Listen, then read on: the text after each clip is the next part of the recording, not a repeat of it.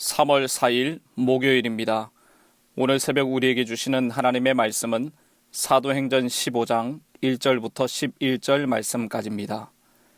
어떤 사람들이 유대로부터 내려와서 형제들을 가르치되 너희가 모세의 법대로 할례를 받지 아니하면 능히 구원을 받지 못하리라 하니 바울 및 바나바와 그들 사이에 적지 아니한 다툼과 변론이 일어난지라. 형제들이 이 문제에 대하여 바울과 바나바와 및 그 중에 몇 사람을 예루살렘에 있는 사도와 장로들에게 보내기로 작정하니라. 그들이 교회의 전송을 받고 베니게와 사마리아로 다니며 이방인들이 주께 돌아온 일을 말하여 형제들을 다 크게 기쁘게 하더라. 예루살렘에 이르러 교회와 사도와 장로들에게 영접을 받고 하나님이 자기들과 함께 계셔 행하신 모든 일을 말하며 바리새파 중에 어떤 믿는 사람들이 일어나 말하되 이방인에게 할례를 행하고 모세의 율법을 지키라 명하는 것이 마땅하다 하니라. 사도와 장로들이 이 일을 의논하려 모여 많은 변론이 있은 후에 베드로가 일어나 말하되 형제들아 너희도 알거니와 하나님이 이방인들로 내 입에서 복음의 말씀을 들어 믿게 하시려고 오래전부터 너희 가운데서 나를 택하시고 또 마음을 아시는 하나님이 우리에게와 같이 그들에게도 성령을 주어 증언하시고 믿음으로 그들의 마음을 깨끗이 하사 그들이나 우리나 차별하지 아니하셨느니라. 그런데 지금 너희가 어찌하여 하나님을 시험하여 우리 조상과 우리도 능히 매지 못하던 멍에를 제자들의 목에 두려느냐. 그러나 우리는 그들이 우리와 동일하게 주 예수의 은혜로 구원받는 줄을 믿노라 하니라. 아멘. 바울과 바나바의 1차 전도 여행으로 이방인 제자들이 늘어나고 이방 지역 곳곳에 교회가 세워졌습니다. 구브로, 비시디아 안디옥, 이고니온, 루스드라와 드베에서 교회를 세우고 제자를 삼은 바울과 바나바는 안디옥 교회로 돌아와서 하나님께서 이방인에게 믿음의 문을 여셨다고 보고하였습니다. 약 1년 정도의 시간이 흘러서 바울과 바나바를 통해 성장하고 있던 안디옥 교회에 분쟁이 일어나게 되었습니다. 그 분쟁의 쟁점은 모세의 법대로 할례를 받아야만 이방인에게도 구원이 있게 된다는 것입니다. 1절 2절 말씀을 보십시오. 어떤 사람들이 유대로부터 내려와서 형제들을 가르치되 너희가 모세의 법대로 할례를 받지 아니하면 능히 구원을 받지 못하리라 하니 바울 및 바나바와 그들 사이에 적지 아니한 다툼과 변론이 일어난지라. 형제들이 이 문제에 대하여 바울과 바나바와 및 그 중에 몇 사람을 예루살렘에 있는 사도와 장로들에게 보내기로 작정하니라. 1절에서 말씀하시는 유대로부터 내려온 어떤 사람들은 유대교에서 개종하여 복음을 받아들인 사람들입니다. 복음을 받아들이긴 하였지만 그들은 여전히 유대의 전통에 대해서 큰 자부심을 가지고 있었고 이방인도 할례를 받고 모세의 율법을 지켜야만 구원을 받을 수 있다고 주장했던 것입니다. 이런 가르침 때문에 적지 않은 다툼과 변론이 일어났습니다. 아마 이 논쟁은 매우 격렬했을 것입니다. 사실 이 문제는 빌립 집사의 사마리아 전도와 고넬료의 회심 사건 때 예루살렘 교회에서 논란이 있었던 문제입니다. 그때 베드로의 변론으로 일시적으로 해결이 되었습니다.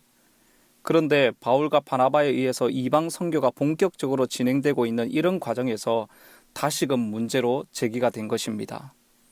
이방인들이 복음 증거를 통해서 예수님을 믿음으로 구원을 얻고 제자가 되는 그런 상황이었지만 유대인 출신 성도들은 아직까지 선민 사상과 구약의 율법 조항에 얽매여 있었던 것입니다. 사랑하는 성도 여러분, 이 말씀을 통해서 우리가 깨닫는 것이 무엇입니까?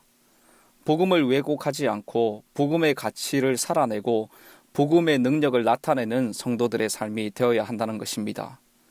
성도가 완전히 버리지 못한 옛 가치와 습성은 복음의 본질을 왜곡할 수 있습니다. 유대로부터 안디옥에 내려온 유대인들은 예수님을 믿는다고는 하지만 그들의 의식과 사고와 가치관과 습성이 여전히 유대 전통으로부터 크게 탈피하지 못하므로 교회에 분쟁을 일으키게 된 것입니다. 여러분, 그리스도인으로 산다는 것이 무엇입니까? 성경책을 가지고 다니고 교회 뜰만 밟는다고 성도입니까? 아닙니다, 여러분. 성도는 세상과 과거에 속한 모든 옛것을 벗어버리고 오직 그리스도의 사람으로 새롭게 태어난 새 사람으로 살아야 하는 자들입니다. 예수님 안에는 유대인만 있는 것이 아닙니다. 예수님 안에는 유대인도 헬라인도 종도 자유자도 남자도 여자도 차별이 없습니다. 오직 예수님 안에는 예수님의 사람만 있는 것입니다. 예수님을 믿음으로 구원받고 새 사람이 된 성도는 그리스도 안에서 전혀 다른 새로운 피조물로 살아가는 자들입니다. 만약 우리의 옛사람이 죽지 않고 옛 습성도 버리지 못한 채 여전히 옛사람의 옷을 입고 살아가고 있다면 우리의 믿음과 구원에 대해서 깊이 생각해 보아야 할 것입니다. 여러분들은 오직 믿음으로 구원받았고 예수님의 십자가의 은혜로 새 사람이 되셨습니까? 아멘이십니까? 그렇다면 새 사람으로 사십시오. 옛 생각과 가치를 십자가에 못 박아버리고 복음의 가치로 사시기를 바랍니다. 복음은 모든 장벽을 허물고 화평을 누리게 하는 하나님의 능력입니다. 복음을 왜곡하는 것이 아니라 복음의 가치를 살아내고 복음의 능력을 나타내는 모든 성도님들의 삶이 되시기를 주님의 이름으로 축복합니다. 안디옥 교회는 유대로부터 내려온 사람들로 빚어진 이 갈등이 해결되지 않자 어떻게 하기로 결정합니까?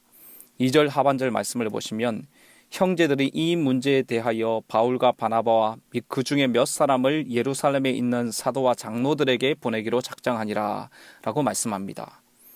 안디옥 교회는 바울과 바나바와 교회 성도들 중에 몇 사람을 예루살렘 교회의 사도와 장로들에게 보내기로 결정하죠.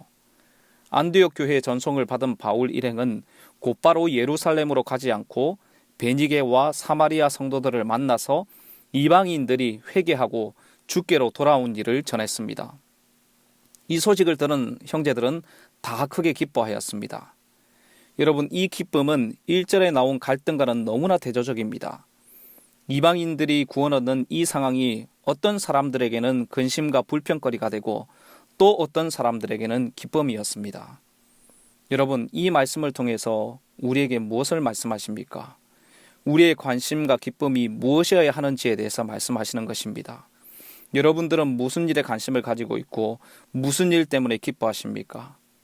우리가 일상에서 누리고 느끼는 이 기쁨과 즐거움은 하나님께서 우리에게 주시는 선물이죠.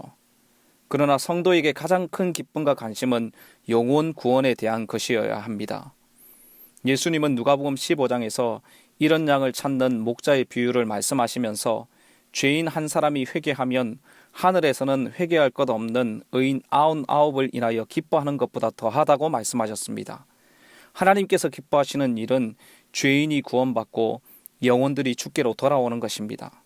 성도는 하나님이 기뻐하시는 일에 관심을 가져야 하고 또 그 일을 가장 기뻐해야 합니다.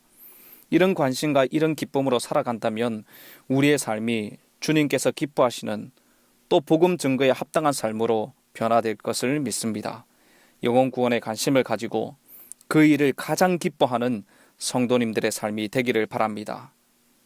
자, 이제 예루살렘에 돌아온 바울 일행은 사도들과 장로들의 영접을 받고 하나님께서 지금까지 이방 지역에 행하신 모든 일을 전하였습니다. 그때 바리새파 중에 믿는 사람들이 일어나서 이렇게 말합니다.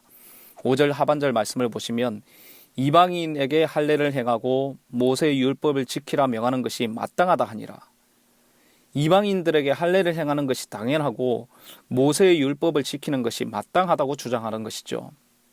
바리새파 성도들의 주장대로라면 구원 얻은 이방인들 모두가 유대인으로 바뀐 다음에 믿음의 길을 들어서야 한다는 것입니다. 지금이라도 유대인이 되기 위해서 절차를 밟아야 한다는 것입니다. 이 일 때문에 사도와 장로들이 의논하기 위해서 모입니다. 많은 변론이 있은 후에 이제 베드로가 일어나 말합니다. 7절 말씀입니다. 많은 변론이 있은 후에 베드로가 일어나 말하되 형제들아 너희도 알거니와 하나님이 이방인들로 내 입에서 복음의 말씀을 들어 믿게 하시려고 오래전부터 너희 가운데서 나를 택하시고. 베드로는 10년 전에 이방인 고넬료가 자신에 의해서 회심하게 된 사실에 대해서 설명합니다. 이방인이 복음을 듣고 믿게 하기 위하여 하나님이 자신을 택하셨다는 것입니다. 고넬료의 이 회심 사건은 예루살렘 교회 성도들이 이미 인정하였고 무엇보다도 하나님으로부터 나온 것임을 알고 있는 일이었습니다. 8절입니다. 또 마음을 아시는 하나님이 우리와 같이 그들에게도 성령을 주어 증언하시고, 하나님은 성령을 보내셔서 이방인들을 유대인들과 같이 똑같이 구원하심으로 하나님의 은총 안에 있게 하셨다는 것입니다. 9절부터 11절 말씀을 함께 읽어보겠습니다. 믿음으로 그들의 마음을 깨끗이 하사 그들이나 우리나 차별하지 아니하셨느니라. 그런데 지금 너희가 어찌하여 하나님을 시험하여 우리 조상과 우리도 능히 매지 못하던 멍에를 제자들의 목에 두려느냐. 그러나 우리는 그들이 우리와 동일하게 주 예수의 은혜로 구원받는 줄을 믿노라 하니라. 아멘. 베드로는 고넬료 사건을 예를 들면서 유대인과 이방인 간의 장벽이 무너졌다는 사실을 강조하고 있고, 이것은 전적으로 성령의 능력이었고 예수님의 은혜 때문이라고 설명합니다. 그러므로 이방인에게 할례를 강요하는 것은 하나님을 시험하는 것이고, 조상들도 매지 못한 멍에를 이방인에게 지게 하는 것이라고 말씀하고 있습니다. 베드로 사도는 유대인들이 가지고 있는 이 배타적인 선민의식이나 우월감은 잘못된 것이라고 설명하고 있는 것이죠. 베드로의 이 말에 온 무리가 아무 말 하지 못합니다. 사랑하는 성도 여러분, 이 말씀을 통해서 우리에게 무엇을 말씀하십니까? 성도들이 결정할 때, 또 교회가 중요한 사항을 결정하는 방법이 어떠해야 하는지, 또 무엇이 기준이 되어야 하는지에 대해서 말씀하시는 것입니다. 베드로는 이방인의 구원이 하나님의 뜻임을 증거하였습니다. 베드로가 이렇게 증거할 수 있었던 것은 성령의 인도하심이었습니다. 베드로는 성령의 음성에 따라서 이방인과의 만남을 서슴지 않았습니다. 베드로는 자신의 경험과 전통을 다 내려놓고 바로 하나님의 말씀을 따라갔던 것입니다. 여러분, 우리가 가지고 있는 전통과 경험과 지식이 하나님의 말씀의 기준에서 볼 때 잘못되었다면 고칠 수 있어야 합니다. 성도들의 삶에서 선택하고 판단하는 기준이 교회가 결정하는 모든 사안의 결정이 전통과 경험이 아니라 하나님의 말씀이 기준이 되어야 할 것입니다. 그래서 결정하기 전에 기도해야 하는 것이죠. 바른 결정을 하도록, 하나님께서 기뻐하시는 결정을 하도록 성령의 인도하심을 구해야 하는 것입니다. 그렇게 할 때 우리 모든 성도님들과 교회가 하나님의 기쁨이 되고 주님의 뜻을 이루는 삶을 살게 되는 줄 믿습니다. 오늘도 그 성령의 능력 안에서 참된 안식과 평강을 얻을 뿐만 아니라 하나님께서 기뻐하시는 삶을 살아가는 모든 성도님들의 삶이 되시기를 주님의 이름으로 축복합니다. 기도하겠습니다. 하나님 아버지, 감사합니다. 이 새벽 예배 자리로 부르시고 하나님의 말씀을 듣게 하시니 감사합니다. 하나님의 말씀에 비추어 볼 때 잘못된 전통과 경험에 붙들려 있다면 다 내려놓고 하나님의 말씀의 통치를 받는 삶이 되게 하여 주시옵소서. 하나님께서 관심 가지시고 기뻐하시는 일에 우리의 관심과 기쁨이 있게 하시고 복음의 가치를 가지고 모든 것을 판단하고 결정하는 우리의 삶이 되게 하여 주시옵소서. 모든 성도님들의 삶이 진리의 말씀 위에 견고하게 세워지는 은혜가 있게 하여 주시옵소서.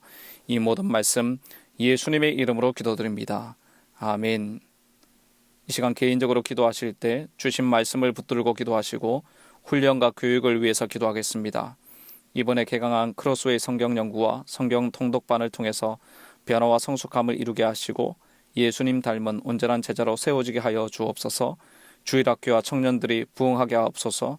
담임 목사님과 모든 말씀 사역자들과 주일학교 교사들에게 은혜를 주옵소서. 합심으로 기도하시고 개인적인 기도 제목으로 기도하도록 하겠습니다. 함께 기도하겠습니다.